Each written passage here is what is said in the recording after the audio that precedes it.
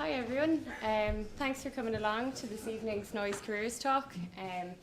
This evening's talk is all about making music a career. So this evening we've got three speakers along.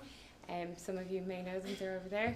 So basically the format for this evening, for anybody that hasn't been to one of the events, each speaker is going to come up and they're going to talk for about 10 minutes about how they got to where they are in their careers right now. They're going to tell you a bit about maybe different pathways they took in education, different areas of the industry, some advice and things like that. Then we're going to have a panel discussion here where you get a chance to ask them any questions that you might have. You'll notice on your seats there's a question sheet. This is basically if you think of a question while any of them are talking and you want to take note of it, we'll give you an opportunity to hand these up if you want, or you can ask the questions yourself. I'll be asking the questions so I can ask those questions if you've written down, and I also have some others. At the end, if we finished about 10 to 15 minutes early, you can get a chance to talk to any of them one-on-one if you like. So that's if we finish and have some tea and coffee and biscuits as well. So just to let you know that the toilets are just up the stairs and around the corner. If a fire bell goes off, the nearest exit is up the steps and just to the left. Usually doesn't happen, but just in case. So to get started, I'm going to invite Michael Fleming to join us, and he's going to tell you a bit about where he's gone in his career journey.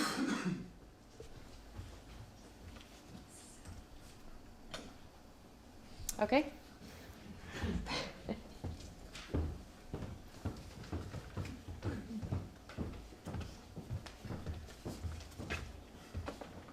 How you doing?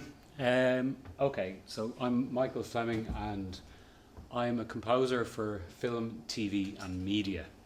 I'll make it a little bit clearer what the word media means as my presentation goes on. What do I do? This is not me, but this is a picture sort of what I do and what my scenario looks like on a daily basis when I'm sitting at home. So usually I'm sitting at home, staring at computer screens, making sounds, developing scores, a lot of the time looking at film footage and trying to respond to it. So the film footage is given to me by directors and editors on a weekly basis or on the basis of a project coming in. Where did it begin? I started at age 5. I got my first tin whistle in school and sort of was pretty good at it. Began entering competitions in flakels and all that sort of thing, and I suppose just realised that I had an aptitude for music.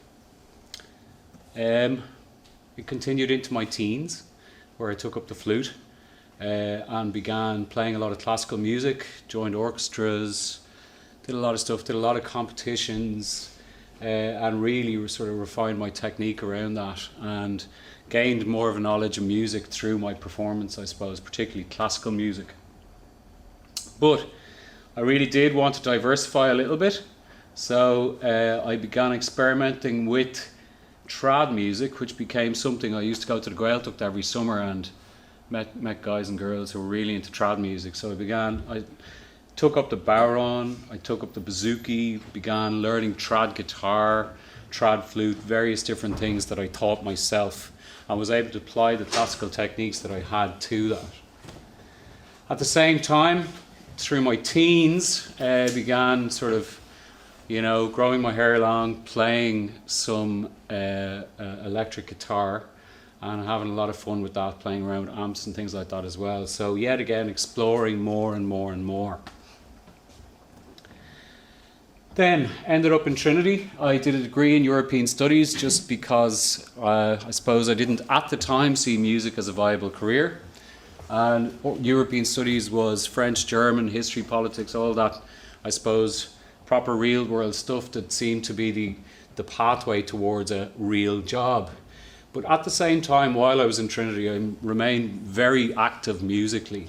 I was in the orchestra.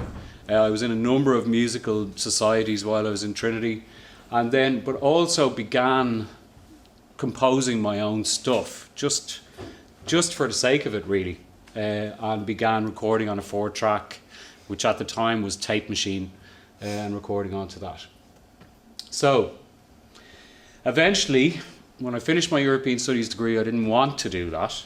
I went to a career guidance expert, and they said to me, look, it is a case that outside of your academic European studies, your whole life is taken up by music. You're in all these societies, you're playing in bands, you're playing in orchestras, you're this, that, you're composing, so on. Would you think of doing a master's or applying for a master's in music?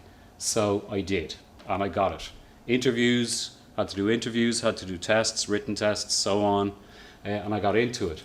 And this master's was called called Music and Media Technologies at Trinity, and it involved the following subject matter, including also, I forgot to put in there, a thing called synthesis, which is to learn, I suppose, how you've heard of what synthesizers are, but how they work and the genesis of those and how they developed. And so it's the building of electronic sound. Some of this is quite technical stuff, and I can go into it later with you during the last 15 minutes if you like to ask me more questions about this course. But that's the general stuff. So following my masters, I came upon an opportunity through Screen Training Ireland to do a diploma in film scoring.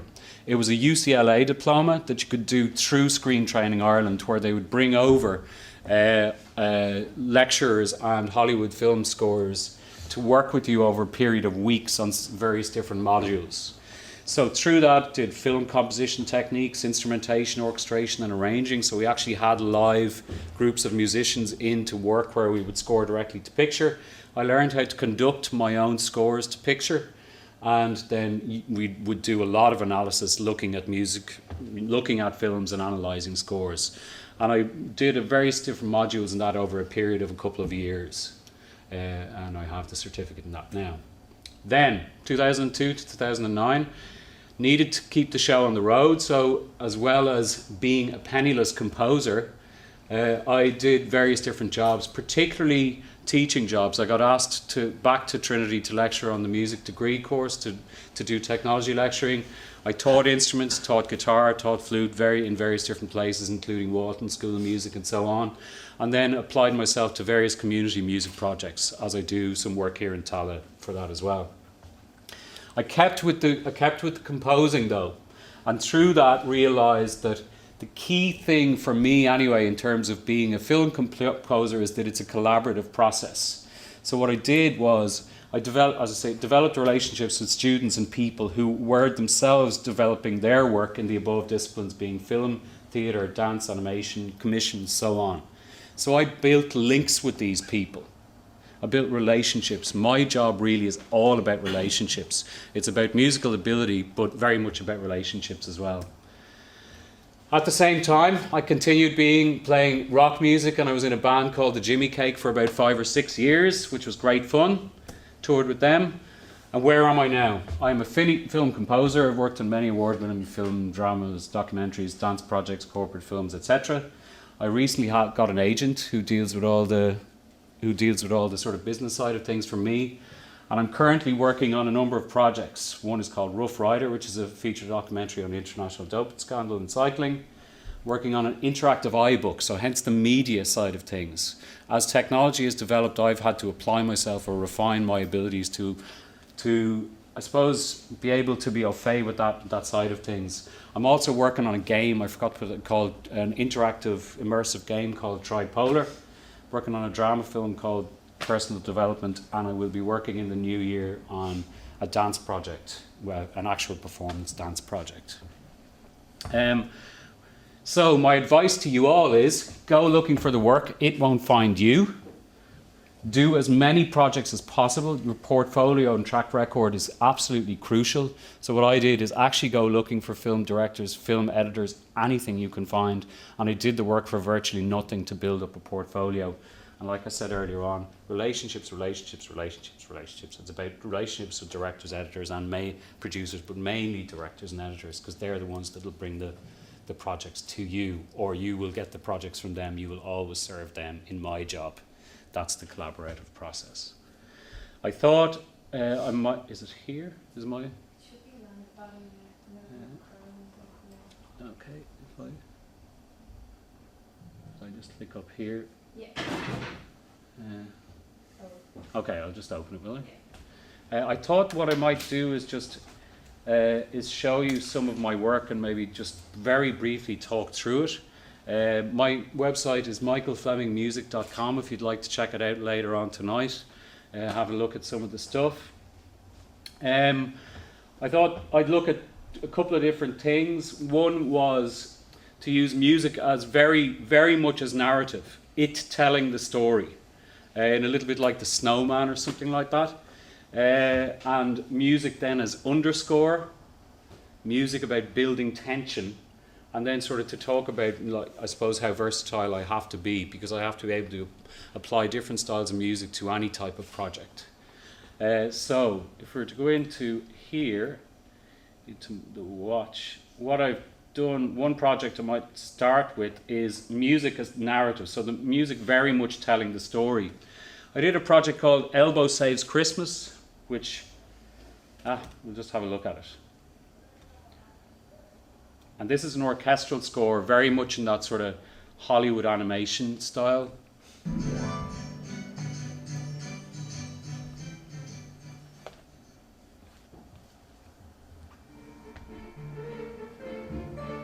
The story of how Elbow saves Christmas from Fumble the Bad Elf begins here in the North Pole.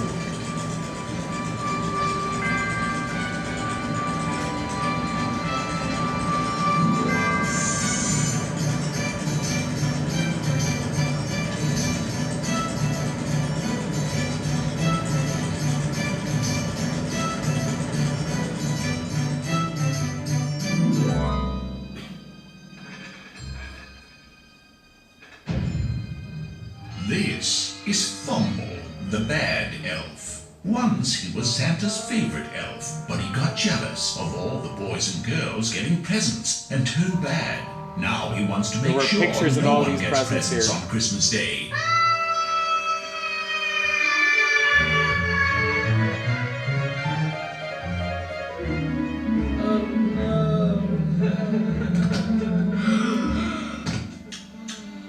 So you get the idea there that the music is very much referencing the visual. So it's, you know, it's very much as a narrative. In terms of other work that I've done, then it's more like underscore, in the sense that it's supporting a tone, a particular tone of what's going on. I did a documentary a year or so ago called about Nuala Fhuailán, and this is just the opening sequence to that. Nuala was dying of cancer, and it was a story really referenced. She did an interview with Marion Finucane, and this is sort of based on the transcripts from her interview. But the music was to support that. It was quite a somber tone. So we'll just have a look at the beginning of this. So this is more underscore, as in supporting a tone, as to referencing, very much referencing the movement of a visual. Can we turn it up? No. It's very low. No?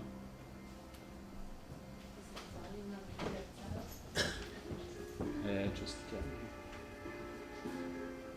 I thought that there'd get be the me idea anyway. and the world, but the world turned its back on me.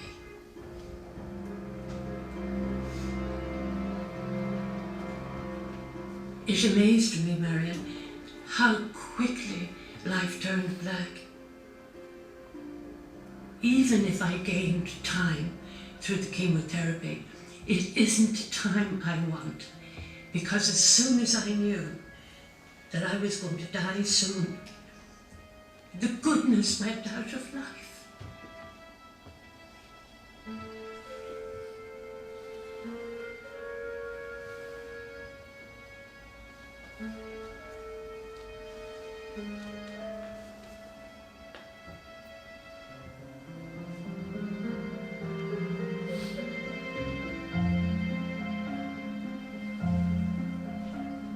Okay, so you get the general idea there, a very different style. Just one or two other things, very short things. I worked on another animation film, which got a BAFTA nomination this year. Short animation film called Here to Fall. Very different type of score. You know, a mixture of electronics, very sort of harsh electronic score with orchestral instruments and piano. This is just the trailer. It's only 30 seconds, but you'll get an idea as to what it looked like and a feel for the really intense electronic score that was going on.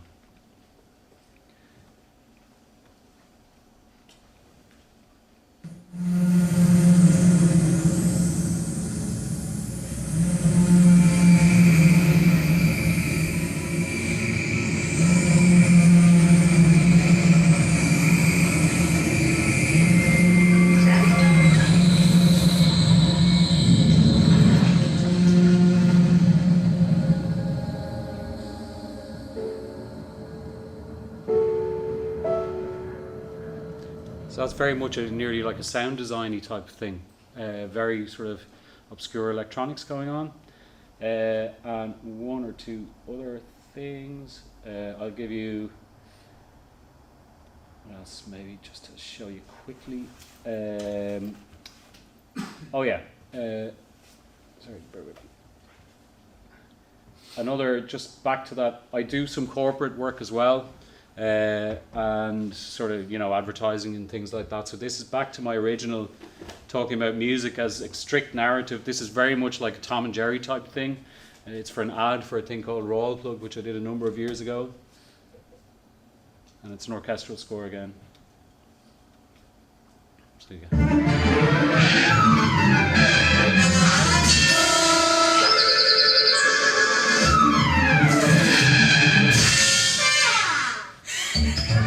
Fills a hole like a raw plug feather. There you go. That's that. And finally, because I was saying about versatility earlier on, I really do have to be able to apply myself to any style. So recently, I was asked to do a pitch for a trailer for motor racing in the UK, motor racing sort of trailer on TV, and I had to put together just some dance music. I'm not sure why it's not coming up here.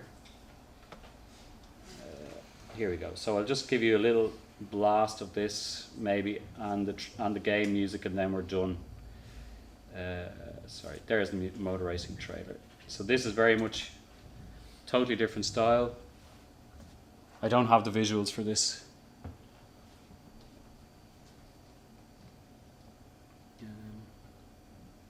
Sorry, why is it not playing? Oh yeah.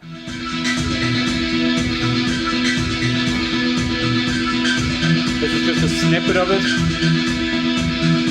But if you can imagine, this was to, essentially it's motor racing, it's really fast editing in and out, it's them driving around, the sounds of the cars going around. Close up.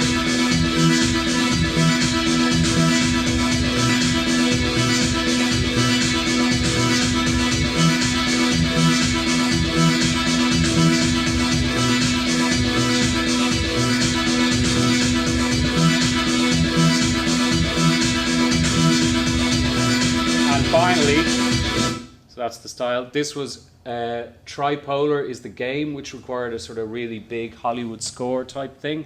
It's an interactive game that's a very sort of Space Invaders. Time's up. This is only 2 seconds long, even actually 30 seconds long.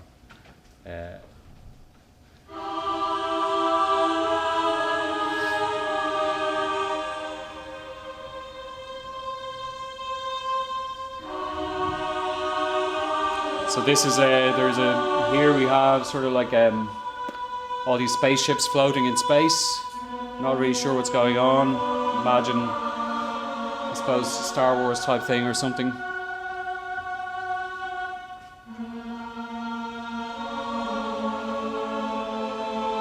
And then the action happens. So this is a trailer, so there's loads of interstellar fighting going on.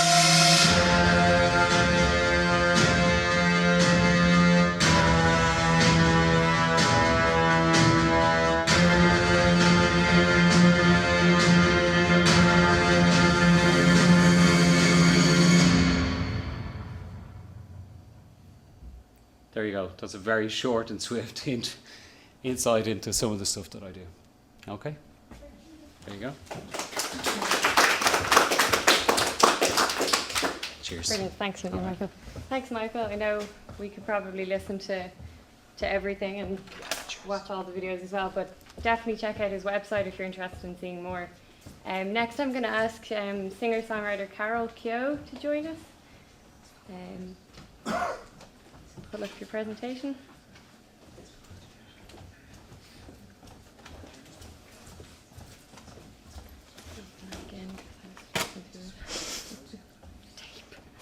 Oh, sorry. That's all right. Brilliant. Thanks, Megan.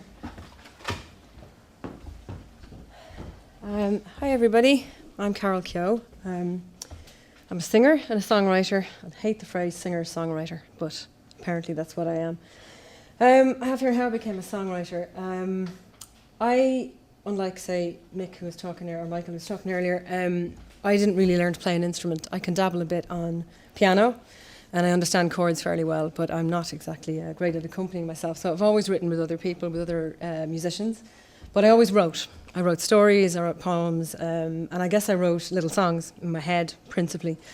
And I was always singing from when I was knee-high to whatever. So at some point, it made sense to put those two things together. My training background is actually visual art. Once I left college, or school rather, I kind of fell into doing fine art. And while I was there, I met some people who were interested in music, who played music. And through a college friend, I met a guy called Donal O'Mahony, who I then ended up forming a band with. Two bands, actually. The first band being, hopefully this will go, yeah, the Plague Monkeys. So back from, I'll go through the kind of the band histories in a little bit more detail in a minute, but these are the principal ones leading up to today, which is here, Carol Keogh and the City Fathers. That's my backing band. And I've done a few collaborations along the way, one-off things. Co-wrote a song with Shannon, who's a traditional Irish musician. And did some duets with a guy called Jerry Fish, who's still making music today. And this is the first band. Went from 1994 to 2000. That's me, slightly younger. Hopefully not too different now. Those are the three guys who formed the rest of the band. Donal's there on the left. And we released 2 albums and a couple of EPs back in the days of albums. And these were on CD. So we have the first album, 1996, Surface Tension, released on our own record label. Well, it was actually our manager's record label, but it was self-financed. And then a second album, The Sunburn Index, in 1998, and the band split up around 2000. I'll play a little bits of music a little bit later on. Later went on to form another band, again with Donal over here on the left, and in the middle there's German, so we were a 3-piece. Around for a little while, released 2 albums. This is 2002, Love Life in 2004, which was a double album, very ambitious. And then throughout that time, I collaborated with a composer, electronic kind of pop composer called Ken McHugh. He's in the middle there. That's obviously not him on the left or right. That's me on the right. And called Automata. And there were 3 albums that I co-wrote on, so maybe about 15, 16 songs in total across these 3 albums. My Sanctuary, Short Stories, and Colours of Sound 2008. Which kind of brings us up to date. This is an ongoing project, but we are set to release an album pretty soon. I say pretty soon because the date seems to keep getting pushed out. That's myself and another composer called Dunk Murphy, who releases stuff himself under the name Sunken Fall. I'll play you a little bit of that stuff in a bit. This is not the official press photo, but that's me with the band. Colin, who's over here, is probably mortified at this photograph right now. That's him on the left with the Santi hat. And the other 3 guys who are Dave Fingerty, drummer, Elton Mullally, bass player, Martin Moran, who teaches up here in Tallaght. Some people here might know him from Suburban Sound, and me in the middle. And that's the official press photo. Enough of that. Okay. So, key things that I've learned to try to do over the years of writing. Collaborate where possible. Very important for me, obviously, because I'm not really in a position to sit down and maybe compose entire works on my own. So it's essential that I collaborate and co-write with people. But as you can see, that's just some of the stuff that I've done. I've kind of taken whatever chances I could through meeting people, through the music community at large, to work with people in very diverse types of music, which means taking creative chances. And sometimes you just have to go with your gut on it. Sometimes you go, I don't know if this is going to work, but then you take a chance, and if it does, you keep going.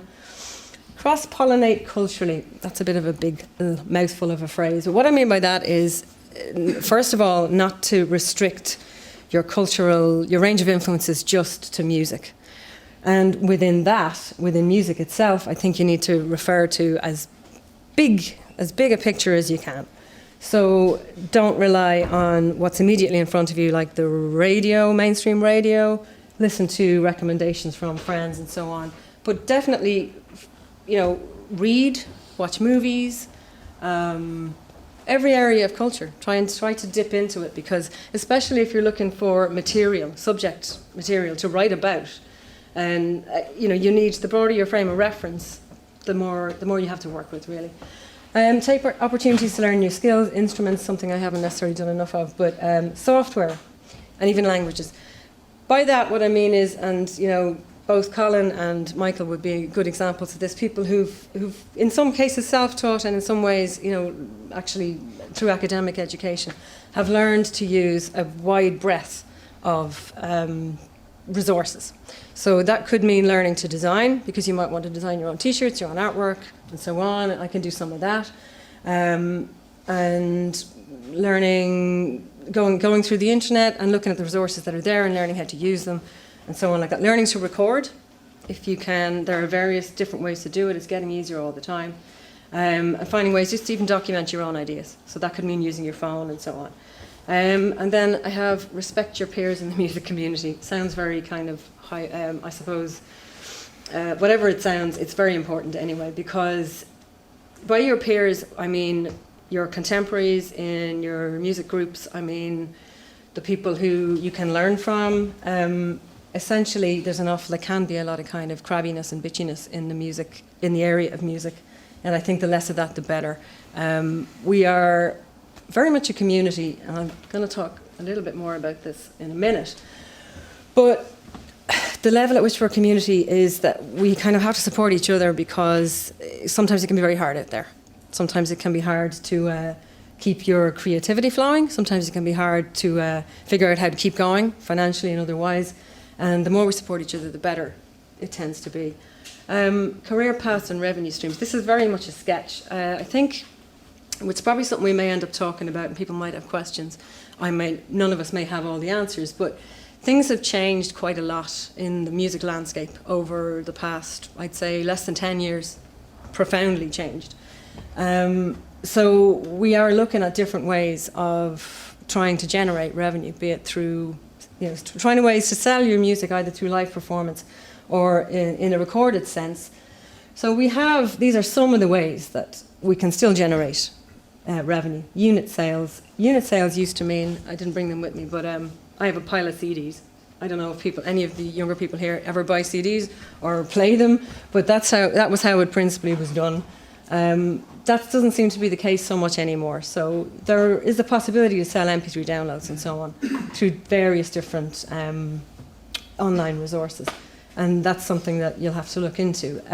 Live performance, you have to find ways to get people to your gigs, which can often mean promoting yourself online, which seems to be the main way these days.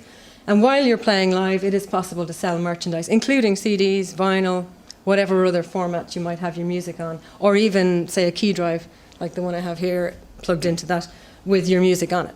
And you can maybe sell that at gigs. Publishing, again, something that Michael deals with all the time.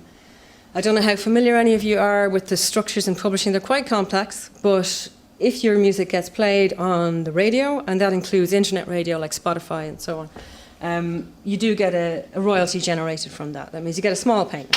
It's not a whole lot in itself, but over time and over periods of time, if you get a lot of airplay, it can add up.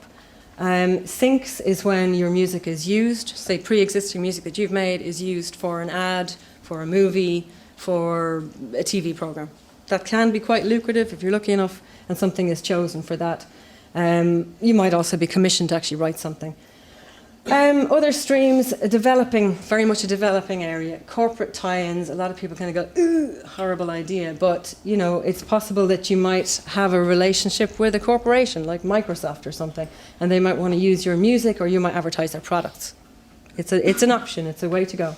Crowdsourcing, I don't know, does anybody here know what that means? Is that an alien word? Anybody? No? Okay. I'll briefly explain it. crowdsourcing or crowdfunding. I did a thing last year called Fund It. Now that's the Irish version of this. There are other websites out there that do the same thing, like Kickstarter.com and a bunch of others that I can't think of right now. Essentially, it isn't just for music, although there are some that are dedicated specifically to music. It's for people doing cultural or artistic endeavours who are finding it difficult to generate the income, or not the income, the capital really, to realise the project itself. And you know, it is in some ways, in some areas, it's getting quite difficult to maybe generate income at the start. So to get a thing made, be it a CD, be it getting a play on the stage, be it a book published, so all those things, and there are various other ones as well. It's basically appealing to the public as your funders, and it's not charity because you're promising them a product at the end of it, and you set up a tiered stream of rewards. I probably should have set, I didn't do it, but I probably should have set it up to show you. But if you go to fundit.ie, you'll see there are a number of projects up there that work in this way. And it worked for me. It's not a huge chunk of money, but it's getting me to the point where I'm halfway through making my debut solo album under my own name. And we'll get it finished, hopefully, and to release early next year. And so I have a few other things in there. New technology emerging all the time. Internet radio, I mentioned. Spotify is one of those. Those things are evolving and changing.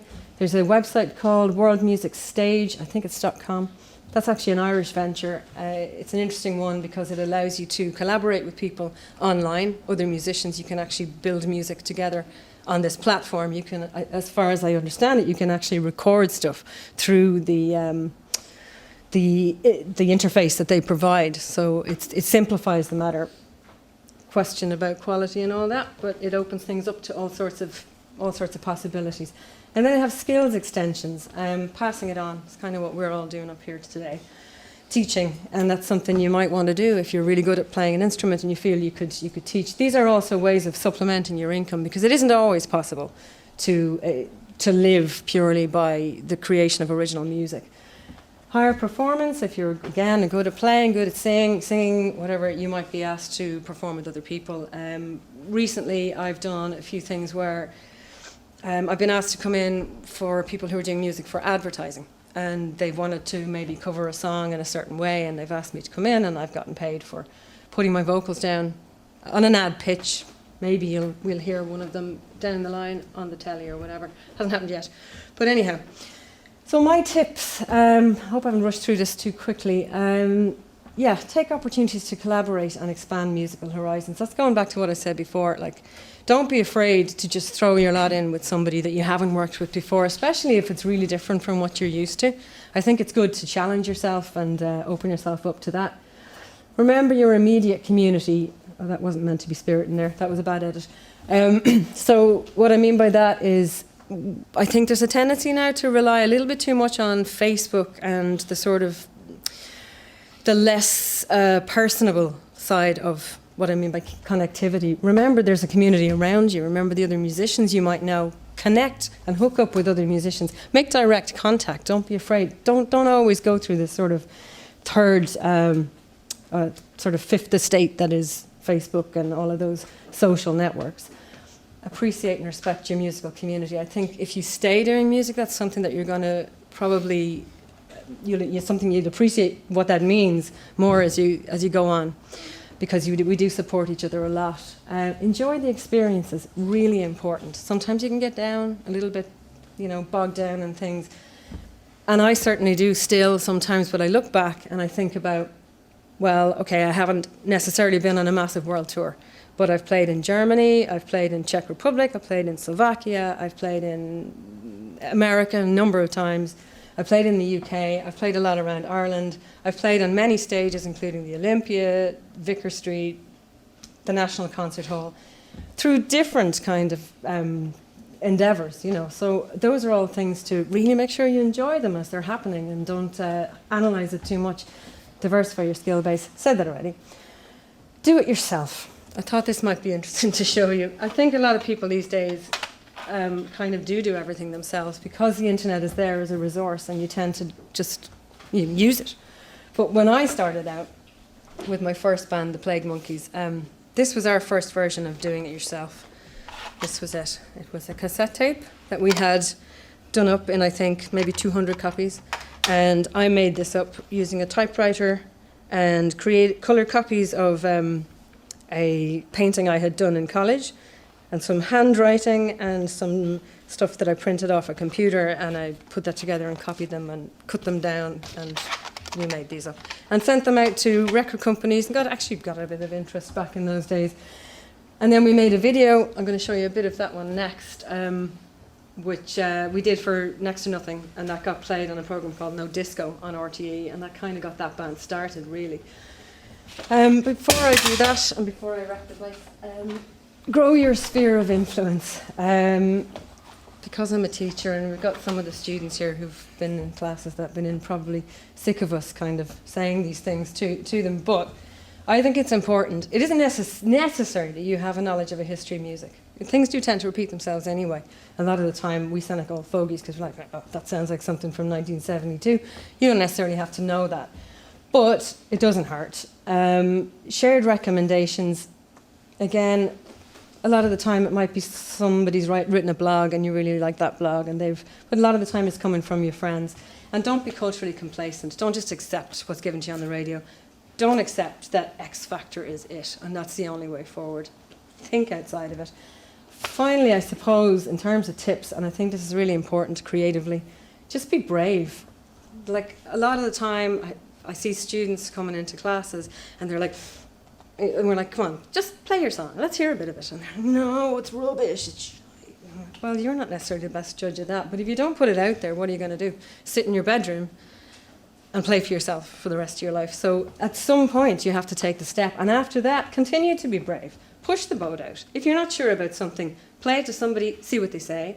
Or if you're not sure that you're able to do something, try it and give it a go. You know, there you go. You've already seen that. I thought this was kind of funny as well. Now we rely on the internet so much for connecting with people. We use Facebook. The first Plague Monkeys album came out, and we put this in as I actually have it over there. Bring it over with me. This was an insert that went into the CD, and people had to mail it back to us, and then we used to send them actual mail. Now, of course, we just have other ways of doing things. So I'll play you a bit of the first video. It's never been easier than it is now to make a video.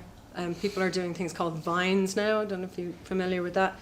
Use your phone, I think it's something like 6 seconds, and there are websites that allow you to string it all together. They're a bit fruity and mad, but there's been some really great creative stuff, and it costs nothing to do, apart from the use of your phone, which, you know. But this was shot by a friend of ours who's just finished his first feature film now, Brian O'Malley. We shot it on one of the wettest days of the year, using what would now be probably an antique, an 8mm film camera. And the only cost to us was actually paying for the film, which I think wasn't that much at the time. Am I running over? Oh, right, okay. Just remember that doesn't Yeah, work. okay. It's just Here. No, that's the wrong one. there. It's there. The other one, okay. It's there. Yeah. Okay, so this is actually this was the very last of the series of No Disco. It ran for about 4 series. Not sure what year this was, a few years ago, but the video goes back to 1996, so I'll play a little bit of it. And it's just myself and Donal, who I formed the band with, walking around in the rain, but it was nicely shot and nicely edited, so yeah. The Plague Monkeys. Carol Keogh and Donal O'Mahony called it quits a couple of years back, despite receiving widespread critical acclaim in Ireland for the album Surface Tension. The song we're going to play first appeared on a cassette-only release entitled People and Machinery in 1995 and was limited to a mere 100 copies. It reappeared a year later on the Navigator EP. But before we get too weepy and nostalgic, we have received news that Carol, Donal and their friend Dermot McDermott, who you may know from the Jimmy Cake and David Kitts band, have gotten together and are currently working on a number of tracks. And as they say, watch the space and enjoy the video.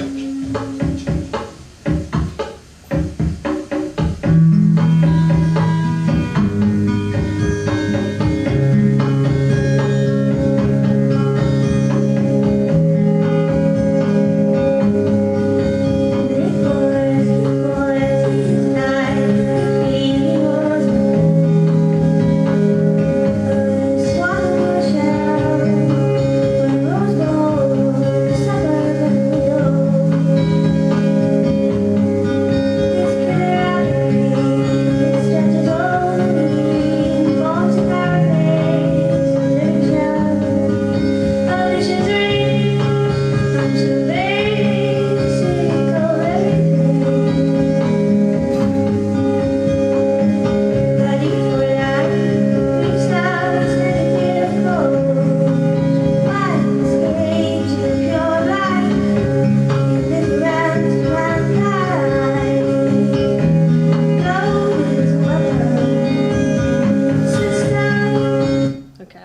pause it there because it's up there on YouTube if you're any interested in looking at it. But just to show you, it's quite low grade and it's quite grainy, but I think it still holds a certain amount of charm, and it got us a lot of attention, that particular video. Nowadays, of course, we just stick it up on YouTube or Vimeo and hope to get attention that way. I'm just going to have a quick look because I forgot to bring the link for this, but I have much more recently collaborated on some of a soundtrack for a short film. So I can play the trailer for that. Actually, I might have the opening of the movie, actually. No, wrong one, sorry. Give me a second. Trailer. I'll go back to the presentation for a minute while I figure this out. Just bear with me for a sec, sorry, I should have had this sorted. Forget it. I can't think because I'm too nervous. I'll just flick on a bit. Okay, anyway. I'm not going to talk too much about this, how the model has changed. It has changed quite a lot, but looking at now, this is how we used to do it. We used to write, we used to record, we'd master, we'd manufacture the actual hard copy stuff, release it ourselves or through a label, promote it using print media, video, they were on radio, and then tour and try and make revenue that way. Now people write, record pretty much themselves a lot of the time. I should point out that Plague Monkey song was recorded on a very ancient 4-track. So not too dissimilar, but a lot more lo-fi than what people can do now at home. Things don't very often go straight to the internet. People use social networks to kind of figure out a way to reach their audience and then build up gig attendance, and you can still sell your merchandise at gigs. Key resources. I'll just give you a quick look at those because they're kind of obvious, but education is one of them. There are community groups, there's college courses, full-time for a year to up to a degree in contemporary music as well as other areas of music. And I'm just going to go and try and find this vampire story thing. How am I doing for time? Do I need to finish it? I'm up? Okay. Well, anyway, if you're interested in seeing it, I have a website, carolkeogh.ie, so I'll show you another time. If we get time at the end,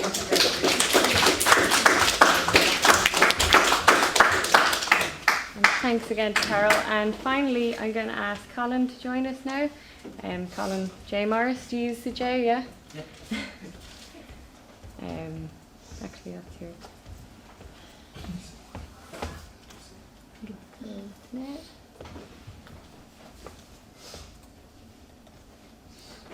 Let you then work the magic with the Prezi. Thanks. This new thing called Prezi, which I discovered at about 10 a.m. this morning.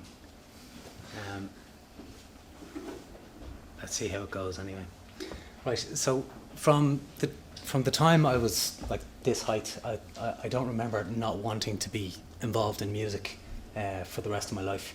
I kind of spent a lot of my time listening to people like this, you know, like Bob, John, Joni. This guy, Hank Marvin, was my first guitar hero, actually. He's in the Shadows, and they're incredible. Then the Smiths and My Bloody Valentine, all big heroes of mine. Nothing else in my life was more important than this, really, you know. I didn't care about people, really. When I was in school, I used to get this kind of thing from my career guidance counsellor. Like, if you're not applying for accountancy, get a trade, get a real job. Music's a hobby, not a career. How about going into the retail sector? And the thing about hearing stuff like that when you're in school is sometimes it starts to sink in and you start to believe it, and you start to kind of lose confidence in kind of that leap you want to take into the music business. And I suppose I just want to explain to you guys that, you know, you should probably ignore that kind of stuff, because it's mostly bullshit, and it's not going to get you anywhere in music for a start. So I did take the advice. And what I did was, when I left school, I became an electrician. I did an apprenticeship, and I was a really bad electrician. Like, I did a lot of wiring in the Department of Finance. I installed their fire alarm system, so if that ever burns down, you can blame me. really appalling. Like I used to have nightmares about the houses that I wired over the years. As soon as I qualified from that, I quit because I was just miserable every single day, and all I wanted to do was be in bands and stuff like that. And I was in a band at the time, and it was around the same time Carol was in the Plague Monkeys. I was in a band called Sunbear, and we were gigging around the same time, weren't we? And we were both we got a record deal around the same time you guys did, and it was all kind of working okay. But then I got engaged, and I thought, I should get a real job now. So, you know who these guys are? They used to be called Aircell, and then this company called Vodafone took over. So I started with these guys, and next thing I was on this kind of corporate roller coaster.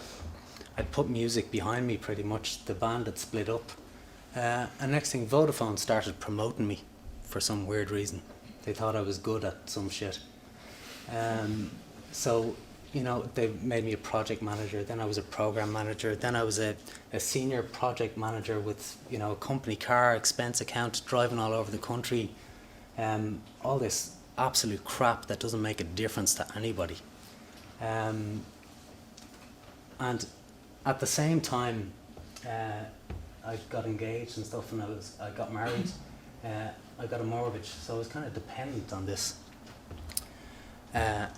And being dependent on a job, like for me, it just made me more and more miserable. I know this sounds like a very sad story so far, but I'm not sure what the next slide is. Yeah, right. In 2006, I was in a car crash, and it was the best thing that ever happened to me. It completely messed up my back.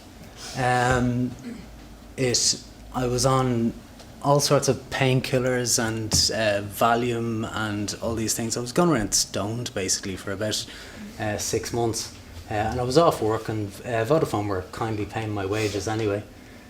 But that 6 months got me thinking a lot about where I was in life, I suppose, and about what I wanted to do. And I was also spending a lot of time at home with my kids at that stage. I have 4 kids, by the way. And with Vodafone, I was leaving the house at 7 in the morning. I was getting home at around 9 at night. So I wasn't seeing the kids at all. And again, you know, I was completely miserable. But after this car accident, it was great. You know, I was getting the hugs off the kids, and I was actually able to dabble in some cooking and stuff. But during that time, I knew I had to do something with my time. I wasn't actually allowed to go into work. Vodafone's insurance or something wouldn't allow, but they were only too glad to pay my wages for the guts of a year. So I kind of obsessed myself with this kind of thing, like with recording technology and music software and stuff like that. Now, I've been playing in bands for years, and I always enjoyed it, but recording always seemed like a bit of a mystery to me.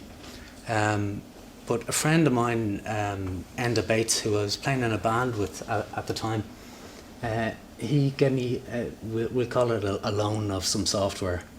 And I installed that on my machine, and I started kind of messing around with synthesizers and stuff like that. And I really got into it. I don't know if it was the Valium or what, but I was really mad into this. And I'd say within about 7 or 8 months, I was really, really good at it. And so the timeline here is that I'm still off work from Vodafone, but I'm still employed by Vodafone. And we're coming up to like November, December at this stage. And I'm getting good at this stuff. And I'd pretty much decided, I hadn't mentioned it to my wife, but I'd pretty much decided I was going to leave Vodafone. So I went back after the Christmas, and this is a really sad presentation. A really strange thing happened. One of my best friends in Vodafone died of a heart attack. So I thought, right, that's the final nail in the coffin, if you like. And I was ready to hand in my notice, and Vodafone announced the first round of voluntary redundancies. So I said, great, I'll take that. So I left, and I started writing. Let me see, do I have what I did? Yeah. I started writing music for film. I started recording bands. I was still playing in bands. I was playing with Miriam Ingram at that stage. I don't think I'd started playing with Carol as well. I was writing my own solo stuff. I was teaching kids songwriting and stuff like that. And you know, it's evolved since 2007. That, you know, I've recorded spoken word stuff for TV and done TV post-production. I've done quite a bit of theatre music and special effects that would actually be either performed live or triggered live. Recently I've been doing I run a recording studio in Greystones, and we've been recording audio for a language app that's going to be on the iPad soon and things like that. So I suppose what this slide is about is how diverse audio and music can be, and the amount of different things you can do, and you kind of have to spread yourself around a bit if you want to make a career out of it. When I was asked to do this, I thought, do I have a career in music, like, you know? But, you know, I've been paying a mortgage and supporting all those kids and a wife for, you know, the last 6 years, so I suppose I do. It's not all glitz and glamour, obviously. It's all car crashes and depression. Let me see, where are we going now? Okay, so here's an example of just a couple of bits I did. This is a movie called Eamon that was out a few years ago. I don't have school today. I did the score for this with... It's my holidays. A woman called Miriam Ingram. Hi,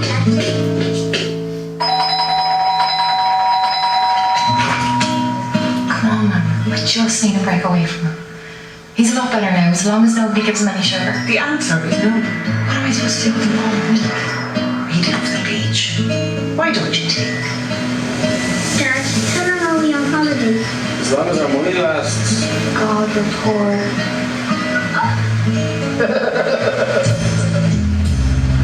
This is Eamon. Hi, You want me to put some suntan lotion on you? No. You're too old to sleep with your mom. Good night, Dad. Take the kid home. We're on our holidays. Sorry, but if you can't pay me now, you can't have him in the pub. You have to pay if you're out. Hi, Hi. it's raining. I was wondering if I could wait in here until it passes up. You're a dirty hair. What's a dirty hole, Freckles?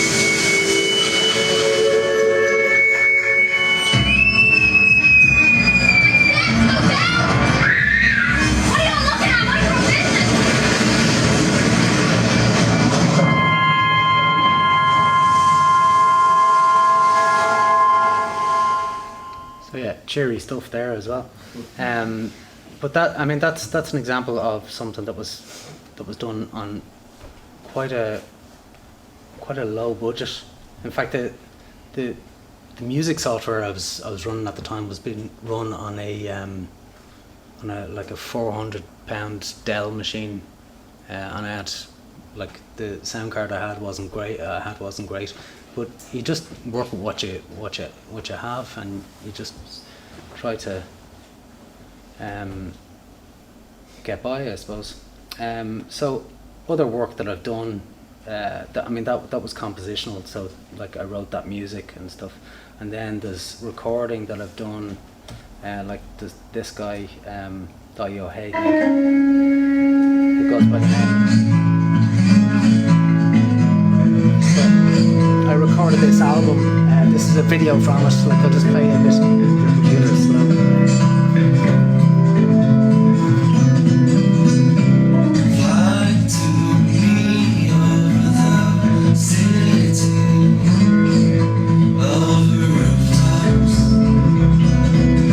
And the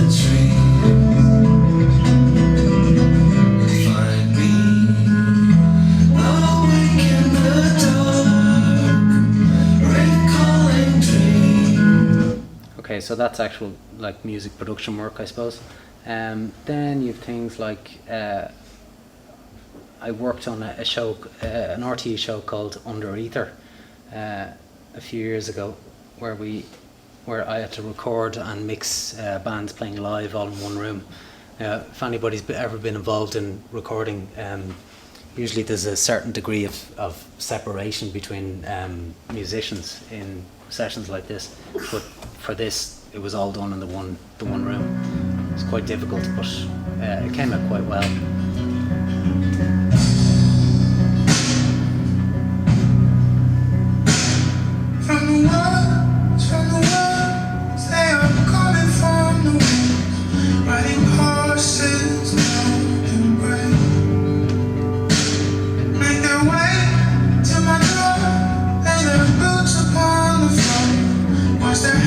Actually, this entire show was done on a Dell Inspiron.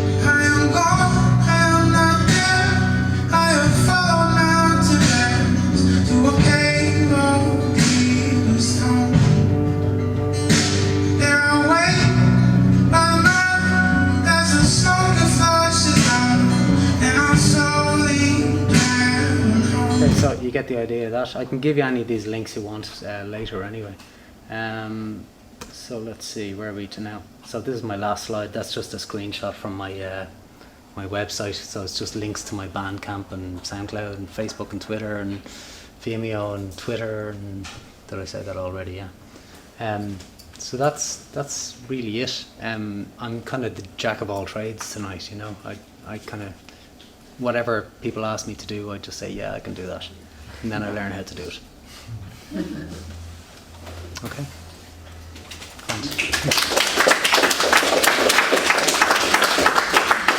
Thanks, Megan. Thanks to all the speakers. I'm going to invite them to join me up here at the top now. If any of you have written down any questions on those question slips that were on your chair, Jerry or Tori might pick them up off you now. But if not, you can ask them yourselves in person.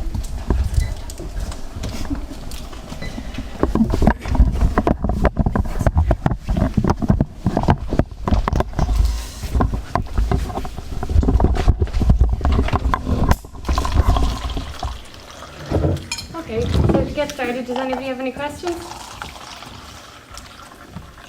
Any questions at all? Cool. See ya. Just wondered, does anybody, are you involved in Suburban Sounds? You know, they've... Yeah, I'm one of the tutors on. Oh, actually, okay. And Colin has been as well. I did some work on it last year. Yeah, like recording technology was Colin's area. I'm kind of general songwriting. And, Yeah, that's my own question. okay. And I have been in the past, but now I run, there's a music education service run by South Dublin County Council, and I manage that on behalf of the council as well, which is more instrumental and vocal tuition in schools and, you know, support to Suburban Sounds, all right. What's the name of that?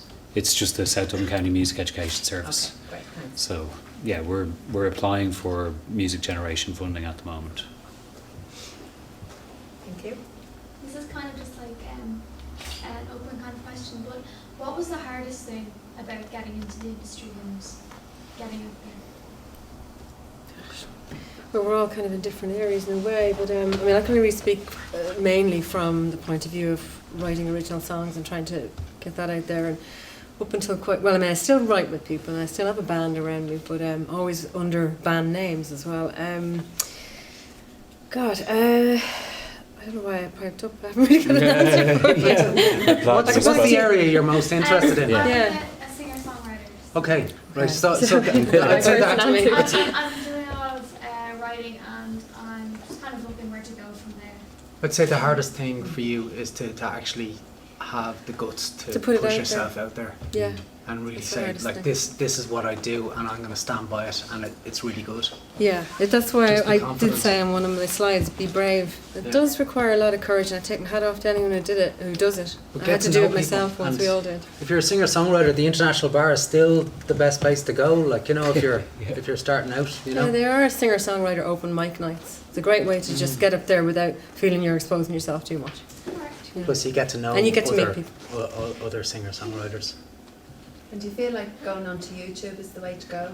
Like when you say put yourself out there? Oh, you putting yourself up on YouTube? It depends. Yeah. It very much depends. I mean, there's nothing wrong with it, but there's absolutely nothing wrong with it. Plenty, but it depends, I suppose, what kind of connection you want to make as well. Yeah. Do you know? I mean, that's very much an open forum, but it comes I back think down if you're to a it. singer-songwriter, do gigs. The more that's you what connect we mean directly by- with people, I think the putting more you yourself out grow. there. Because the thing about YouTube is that, yeah, you might have online comments and so on, and a lot of hits on what you're doing, and I'm not knocking that, but you're not actually making direct contact with people. And performance is actually, I mean, it's not for everybody. There are artists who don't go out and perform live, but it's one of my great joys. I love it. And it's one of the scariest things to do. Actually, coming back to what you said, that's the scariest thing I've ever had to do, was walk out on stage and sing something, anything at all, with something that I actually co-wrote or wrote. Hardest thing ever. And the thing Rabbit in is the that the headlights. scariest stuff always has the biggest rewards as Yes, well. absolutely. You know, Yeah. you never regret the scariest stuff. So, For me, the online presence is crucial because It is, yeah. I'm not really a stage performer. That it's a case of people have to be able to. I'm usually just at home, so people have to be able to find me somewhere. And in terms of making contact, a lot of the time for me, it's about actually just picking up the phone and cold calling somebody or sending somebody an email, or being somewhere at a networking session and seeing a director in a room and going up and saying, sometimes actually the scariest thing is just go, how are you? I'm a composer. I really like your work. I'm really interested in working with you. Here's a card. Give me a call. That sort of thing, which is not the easiest thing. So Yeah, it's all it's horrible. with the relationship thing again, and being out there, just maybe in a different way to the guys. Did I see a hand up somewhere else over here? Anybody else? On that with gigging and getting yourself, you know, kind of into gigs and things like that, how would you recommend that people at this age or stage of life would get into that? well, I suppose, I mean, you can start with your local community, and it depends on your age as well. I mean, you know, you say at this age, if you're not old enough to be in a bar, you can't really necessarily go and play in one. So you may have to create other opportunities. There's a youth cafe here in Tala. If anyone has ever been in there, if you haven't, check it out. And other places like that, and they put on gigs, as far as I know, even open mic nights. So inform yourself of what's out there. And sometimes you have to make your own opportunities. I mean, that might mean if you know somebody and you can put on a little gig, or in your school, you know. So Yeah, there's like no you one said way of doing it. in your talk about kind of, you know, peers and things like that. I think you all touched on that a bit. So, Yeah. you know, maybe doing your own kind of gigs and things like that. I know there's the Grain Store at Dunderry Rathdown. Do any of you know of it? Yeah, I know of it. Yeah, And it's in they put Cafeteria on Park. kind of festivals and things Yeah. like that. And of course, there's the festival here every Yes, year as Noise well. Festival, exactly. Nobody got any questions on that at all? You know, sorry, I'm probably asking all the questions. No, that's but, great, yeah. You know, like if you write a song, like Ed would be writing songs, and probably a lot of people here. Yeah. Do you have to protect your song? Like, is that a silly question, or is it just? So that's you might- copyright. It's you're talking about, copyright, really. yeah. It's not even so much about protecting your song is one thing. What it really is when you can't, as far as I'm aware, I don't know if there's a way for you to actually stop somebody covering it, but you can stop somebody claiming it's theirs, which is what you really are concerned about. You register here. There's an organisation called IMRO. I don't know if any of you know about that. But it's fundamental. I mean, there are peer organisations in other territories, like in America and in the UK and so on. But generally, IMRO is the representative body here. So unless you have a publishing company, which most of us certainly starting out wouldn't do, and I still don't have, you're publishing it yourself essentially. And they are there they exist to collect the royalties on your behalf, which means that you don't, I don't know what the situation is. YouTube, I don't think you get royalties from YouTube, I don't think. But if you were to get something played on a radio or have it used in an ad and so on, that's what they exist for. So there's a simple way of going about registering yourself with IMRO. They used to have criteria, which was to do with stuff having to have been publicly released, but I think that's gone now because the whole nature of the music business has changed, and there aren't necessarily the same kind of people don't necessarily release music in the same way, you know? So I don't think there are criteria anymore. I think you can just register a piece of music or a song if you're the author, composer. If you co-write, you work out your percentages. It's important for bands. Might be worth saying if anyone's in a band and you're co-writing. You need to sit down and go, okay, who wrote what, how much of it did you write. It's a very tricky conversation sometimes, but it has to be done. Do it before you start having the, before you, well, just do it at the early stage of writing is what I'd say. And then you fill out a form. I think you can do it online now. You register yourself with IMRO, essentially. But what you said about protecting the song that you've written, it's almost impossible to protect it unless you've recorded it. That's true. So you need to record it. If you've written songs, record them. Somehow Even or if it's other. just on a phone. Oh, right. You know, Okay. because then there's a digital imprint that is date stamped. Yeah, I mean, back when I started, because we didn't have there wasn't the same level of digital technology out there. We used to post CDs to ourselves, and never open it. It was sealed. It was your way of say saying that with other Yeah. forms of writing and things like that, you can post. So could you post a Yeah. written song or You could post a composition recording to to yourself, and yourself, as long as yeah. you don't open it, You could. Yeah. I don't imagine people still do that.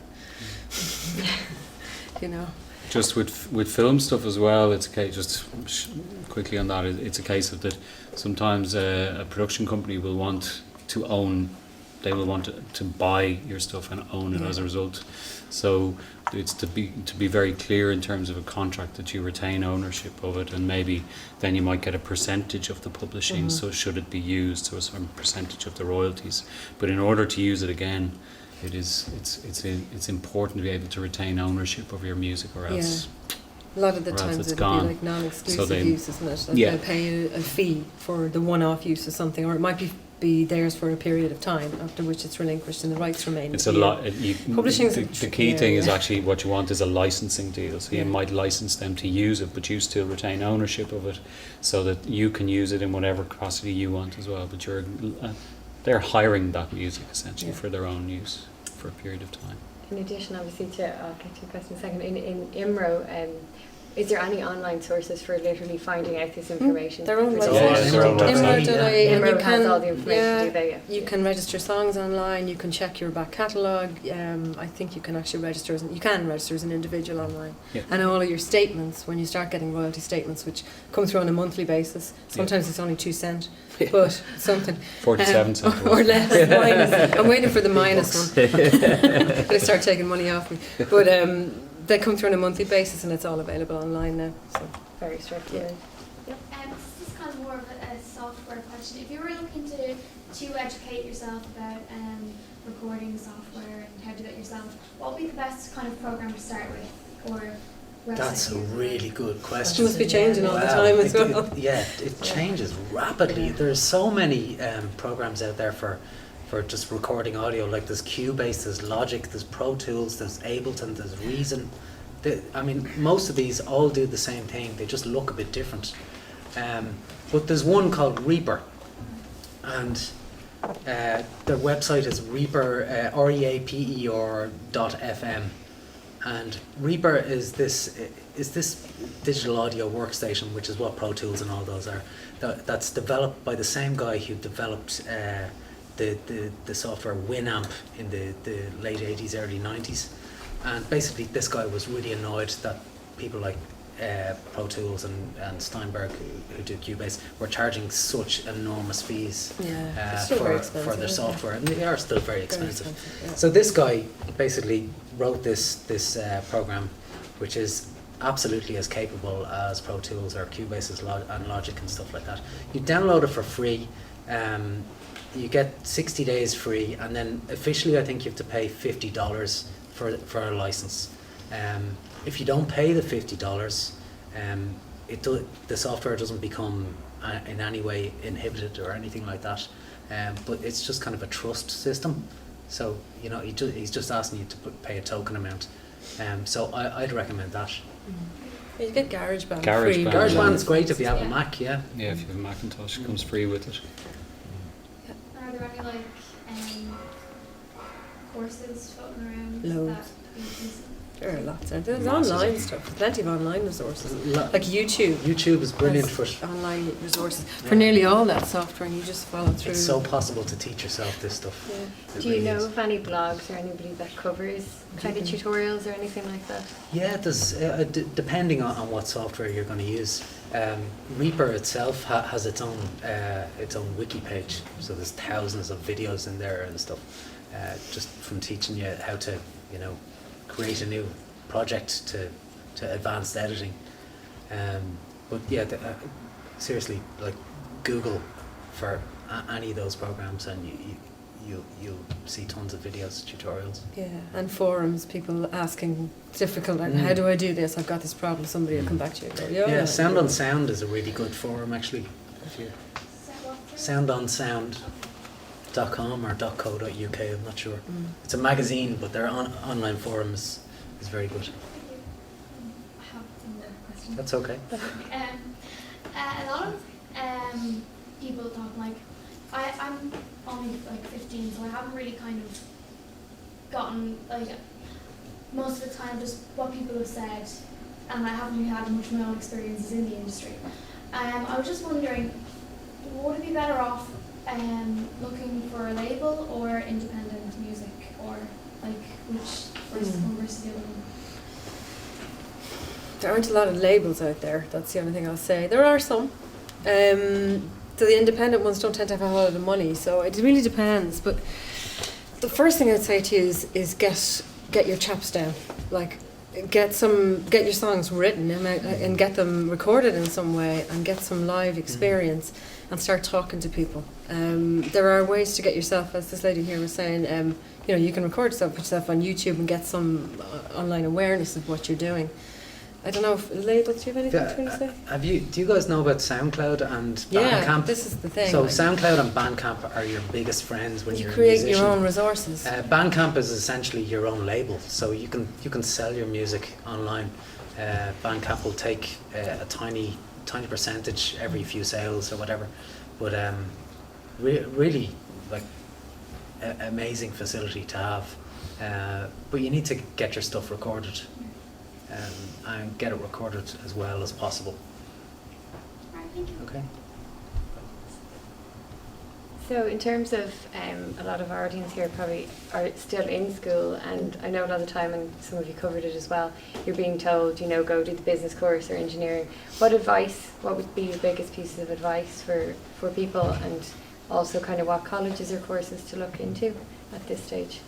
Well, I mean, you want to say something? Well, I was going to, there are a couple of ways you can approach it. You can do things like go to the Sound Training Centre or Pulse Recording in Windmill Lane, and you can do a course, and you'll pay a lot of money to do it.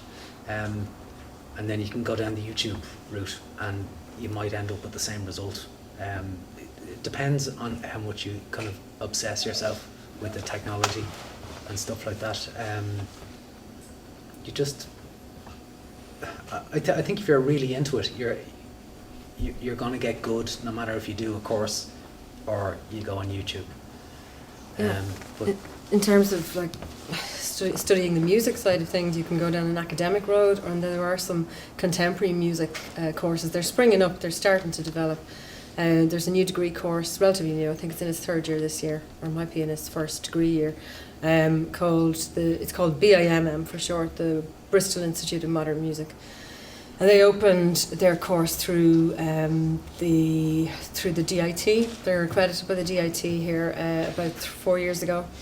I don't have any other information like prospectuses and stuff with me, but they have a website, so you can look them up, and they have an open day coming up. As far as I know, anyone who's in their Leaving Cert year and wants to go, I think it's the 7th. Jerry, can you remember that date? Whatever that Saturday is. It's coming up soon in November, so contact them if you want to go along to that, and they just tell you what, you know, you make a little arrangement with them so you can go along and find out. The only thing, I mean, I'm not down on the idea of going to college at all, or studying that for 3 years or 1 year or whatever. If you're going to make music, and we're all testament to this, and you're going to keep doing it, you're going to do it fundamentally because you love doing it, you want to do it, or you might even need to do it. And so, I mean, yes, think about it as like a career, and as Colin said, be diverse in how, spread yourself around, find different ways to generate income. But from my perspective, from the creative perspective, fundamentally, it can't just be about money and making a living out of it. It has to be a bit more than that, because there have been plenty of times when I haven't been making a living principally out of music. So I'm not putting the idea down, but I'm just being realistic.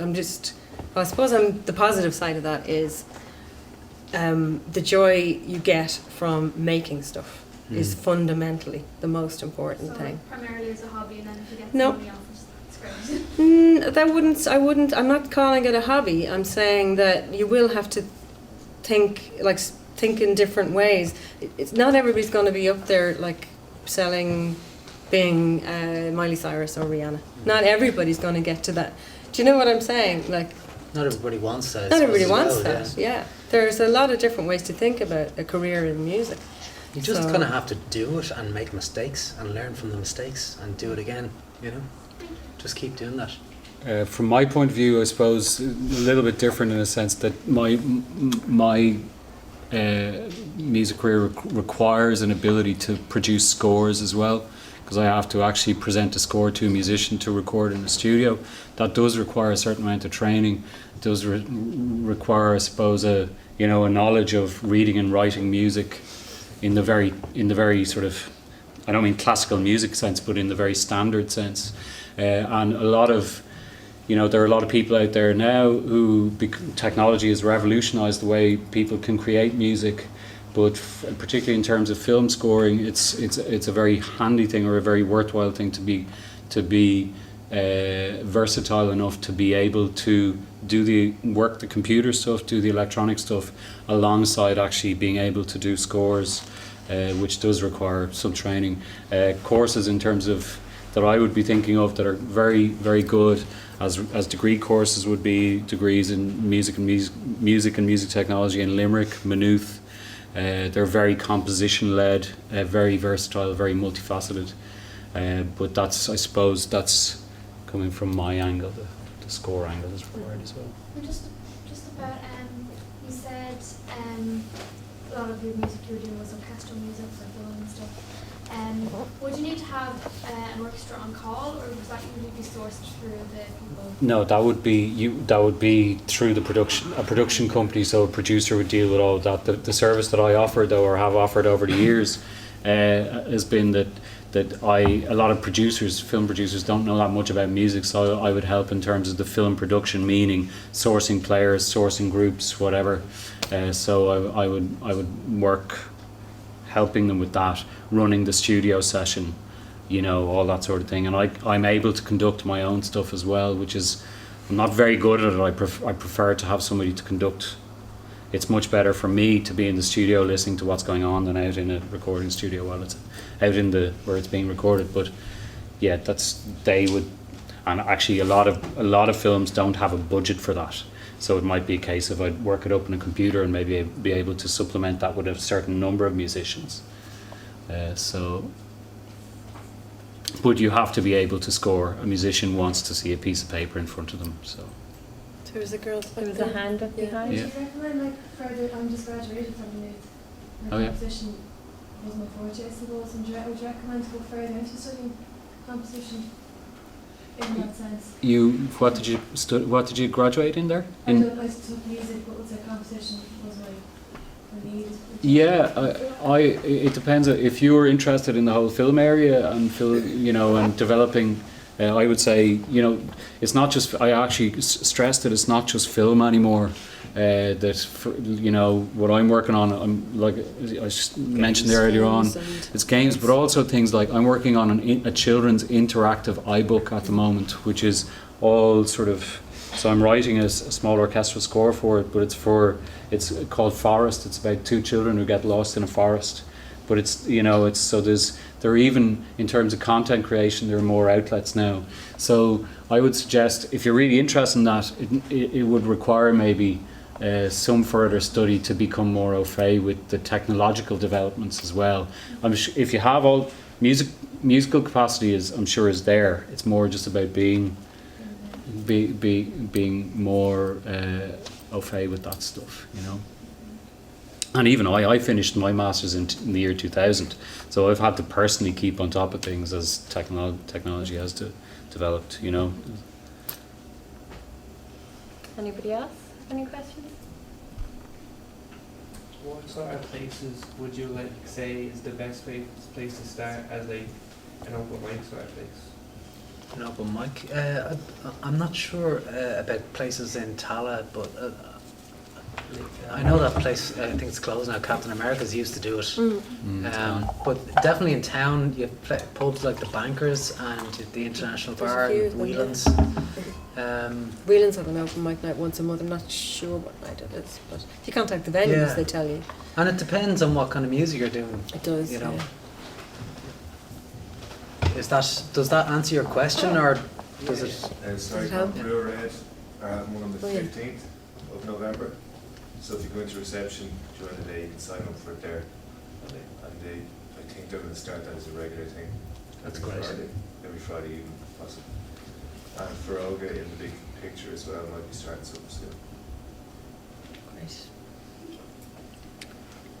There's only a few minutes left. Does anybody else have any questions? Yeah. What would be the best way to establish yourself as a band? Like, would it be to perform, or would it be to like send off to producers or companies? Well, I don't think you're going to get good as a band unless you perform a lot. Yeah. But then You you need to have play to be together a lot. smart with your social media, with your Facebook and Twitter and stuff like Yeah. that. Like an angle is always good, you know, a decent video, you know. I mean, and a decent video might be done on an iPhone or something like that, Absolutely. you know. But just a good idea. I think that's probably the way to go. And good songs. Yeah, concentrate on your writing. If you're doing original music, obviously, you know. Anyone else? In your opinion, Michael, what's the best musical collaboration? Something like Lion King or something? Oh, anything with Spielberg would be fantastic, yeah, for me, you know. I don't know. Yeah, I mean, animations musically, you mean in terms of a really good musical project? I mean, I have a number of different composers that I would look at. I mean, in terms of electronic stuff, I'd say somebody like Cliff Martinez is doing a great job. He did that score for Drive. But then I look at somebody like, what's his name? Clint Mansell. Clint Mansell, who did a Requiem for Your Dream. Sorry, it's just gone out of my head. Zimmer? No. Sorry, I'm just throwing names out there. Thomas. Sorry, I'll be able to tell you in a second now. In terms of orchestral scores, it's just gone out of my head. Alexander Desplat did the music like for things like Argo. He's very versatile, sort of be able to mix the various different styles. Is that? Are you asking me just what I think is a good score? When you find yourself looking at it, like looking visually at a picture for many times before you can put a piece of music against it? Yeah, sometimes things will just jump out at you and it's very clear. I was actually in the edit suite this morning watching a film that I'm doing, that film called Personal Development, and it's a very sweet story about the relationship between a father and daughter, and it's, you know, literally just looking at the performances in them, I can hear the music in my head straight away. I've nearly already have it written. There are other times you know, with this thing Rough Rider that I'm working on is about doping and international cycling. It's a bit more, it requires more of a neutral thing. It's a bit more difficult to find the musical voice around that, so it takes a lot more discussion with a director and an editor. And a lot of the time that's how it comes, that you might have an interpretation as to what the picture requires, but they might have a very different thing, and they are the boss. It's their I've done projects whereby it wouldn't have been instinctively what I would have put on the picture, but they wanted it in a particular way, and you just you cannot be precious about what you do. There you go. We have time for one more question if there is one. Has anybody any questions about the creative process in songwriting or anything like that? No? Okay. Another, I was just thinking about earlier on about other stuff. As regards what I do, it's not as well. can be versatile enough that I get to maybe work with these guys in particular, say somebody like Carol, whereby I might do string or brass arrangements or something for a group, you know, for a performing group, which is always a fantastic thing to take me away from staring at screens the whole time. I really love that type of collaboration if it comes about. It's, you know, it doesn't happen that often, but it's something I'd like to do a hell of a lot more of, to work with actual performing artists. And vice versa. I've collaborated on a couple of short films a friend of mine's made, and even done some purely a cappella vocals that I recorded myself, like whole pieces, kind of choral pieces. I'd love to do more of that. So that's kind of where I was going. You know, I hope you don't feel, what's your name, sorry? Amy, I hope you don't feel like we were just cutting that dead, like, oh, you won't have a career in music. It's not what I was saying at all, just that you do have to kind of, as Colin said, spread yourself around a bit and think. And also, I mean, there's lots of different parts to the journey and lots of different kinds of little adventures you can have. I would like to do more film stuff. I certainly should improve sight reading and learn to do more of that kind of stuff. So you're always learning as well, you know. It's not like... Spreading yourself about a bit like that, it gives you a good understanding of what other people in the industry do as well. Different processes. So it's get into the software, get into kind of electronic music, you know, because no matter what kind of music you're into, electronics has a lot to do with everything these days, even orchestral stuff, you know. I think as well, like at this age, I don't know, most of you are maybe still in your, or lots of you are still maybe in your teens, that not to worry too much about whether it can be a living, whether you can monetize this right now. Exactly. Because you have no idea what's going to happen. None of us do. Really, none of us do. I had a slide that I didn't put, I forgot to put, that I forgot to show. It's an old guy playing it. It was like, what might happen to me? You know, that might be the end of my career, you know, and playing a tin whistle on the side of the road, so I end up where I started. It is a case of, I think, is to do as much and involve yourself as much as you possibly can. Record if you can, do it all, and do it all without the worry of money for now. And have like loads of stuff behind you. You will meet people along the way. I've met people along the way that I never expected to meet. My first big job that I got was through doing a short film that was mixed by this guy in a studio who I'd never met. I never met him. He really liked what I did, and he was working on another film, and they were looking for a composer, and said, why don't you try this guy? And they just rang me, and I ended up... Another, really. Yeah. So you cannot control that. I couldn't control that. That was just like a really lucky turn of events for me. So you cannot control that stuff. Just do what you can and throw yourself in. On that note, I'll have to end it because we're after going over time. So thanks again to all our speakers.